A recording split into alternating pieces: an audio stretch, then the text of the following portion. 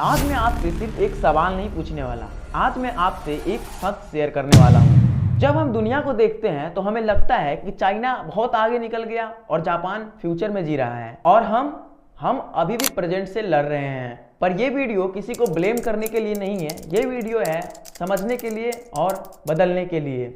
आज हम इस वीडियो में जानने वाले हैं कि हमारा इंडिया चाइना और जापान के कंपैरिजन में इतना पीछे क्यों है। इस वीडियो को मैंने 5 पार्ट्स में डिवाइड किए हैं, तो पांचों पार्ट्स को ध्यान से सुनना। पॉइंट नंबर 1 है एजुकेशन सिस्टम। इंडिया का एजुकेशन सिस्टम हमारे फ्यूचर की नींव है, पर सवाल यह है कि क्या हम एक स्ट्रॉन्ग बिल्डिंग बना रहे हैं या एक सुंदर दीवार। इंडिया में ज्यादा फोकस होता है रैंक्स, मार्क्स, सर्टिफिकेट्स या फिर डिग्री पर। बच्चे प्रेशर में आकर रट्टा मारते हैं ताकि एग्जाम क्लियर हो जाए। बट चाइना और जापान में सिस्टम थोड़ा अलग है। वहां बच्चों को सिखाया जाता है सोचना, समझना, सॉल्व करना और भी बहुत सारे स्किल रिलेटेड चीजें। जापान के स्कूल में बच्चे क्लासरूम खुद साफ करते हैं। इसका मतलब सिर्फ सफाई नहीं, इसका मतलब रिस्पॉन्सिबिलिटी सीखना होता है। और चाइना में बच्चे टेक्नोलॉजी के साथ बड़े होते हैं। रोबोटिक, कोडिंग, मशीन्स और टीम वर्क उनके सिलेबस का हिस्सा होता है। इंडिया में टैलेंट की कोई कमी नहीं है। हमारे स्टूडेंट दुनिया के बेस्ट इंजीनियर, डॉक्टर, सीईओ बन रहे हैं। बट यहाँ पे प्रॉब्लम यह है कि ये सक्सेस ज्यादातर देश के बाहर जाकर ही मिलती है। हम जॉब के लिए तैयार करते हैं बट लीडरशिप के लिए कम। हमारा पॉइंट नंबर 2 है discipline and civil sense. Discipline वो चीज है जो देश को एक साइलेंटली पावरफुल बना देती है। जापान में अगर कोई वॉलेट रोड पे गिर जाए तो बेसिकली हाई चांसेस है कि वो वॉलेट उसे वापस मिल जाएंगे पैसों के साथ।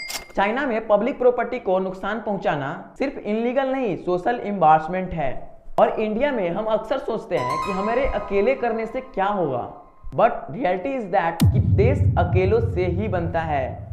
रेड लाइट तोड़ना, लाइन में ना लगना, पब्लिक एरिया में कचरा फैलाना, ये सब चीजें हमें छोटी छोटी चीज लगती है, पर जब करोड़ों लोग ये छोटी छोटी गलतियां करते हैं तब वो एक नेशन प्रॉब्लम बन जाती है। डिसिप्लिन का मतलब सिर्फ रूल्स फॉलो करना नहीं होता। डिसिप्लिन का मतलब है अपने देश का रेस्पेक्ट करना।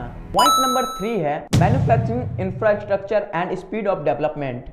चाइना ने दुनिया को दिखाया कि स्पीड क्या होता है। वहां एक हाईवे, एक सिटी या फिर एक फैक्ट्री सालों में नहीं बल्कि एक महीनों में खड़ी हो जाती है। और जापान ने दुनिया को दिखाया कि क्वालिटी क्या होती है। उनकी ट्रेन, उनकी कार, उनकी मशीन दुनिया भर में एक ट्रस्ट का सिंबल है। इंडिया में हम अनाउंसमेंट बहुत फास्ट करते हैं बट उसका एग्जीक्यूशन बहुत स्लो होता है। एक प्रोजेक्ट का फाउंडेशन आज बढ़ता है और रिबन कटिंग का टाइम कभी कभी नेक्स्ट जनरेशन को मिलता है।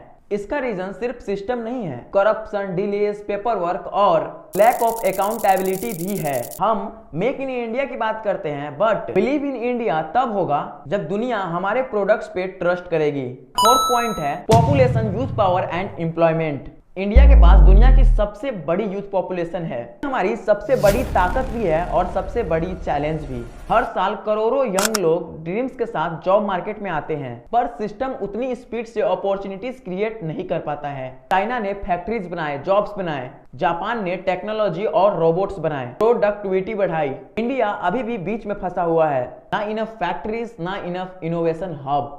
जब यूथ को डायरेक्शन नहीं मिलता है तो फ्रस्ट्रेशन मिलता है, और जब फ्रस्ट्रेशन बढ़ता है तो नेशन स्लो होता है। अपना 5वां और लास्ट पॉइंट है mindset, responsibility and nation character. ये पॉइंट सबसे इंपॉर्टेंट है। चाइना और जापान में लोग सोचते हैं कि मुझे अपना काम सही करना है। इंडिया में हम अक्सर सोचते हैं कि सिस्टम खराब है, बट सिस्टम लोगों से ही बनता है। वहाँ की ड्यूटी कल्चर स्ट्रांग है बट यहाँ की कंप्लेंट कल्चर स्ट्रांग है। वहां लोग पूछते हैं कि मैं क्या कंट्रीब्यूट कर सकता हूं, और यहां हम पूछते हैं मुझे क्या बेनिफिट होगा। जब तक ये माइंडसेट चेंज नहीं होगा तब तक डेवलपमेंट सिर्फ स्पीचेज में होगा, रियलिटी में नहीं।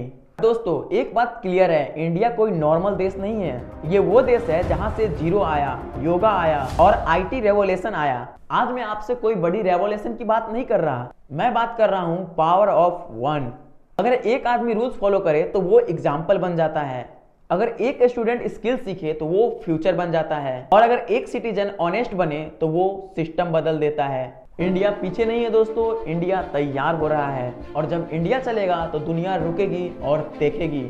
मैं हूं सौरभ गुप्ता और आप देख रहे हो इंस्पायर बाय सौरभ। जय हिंद।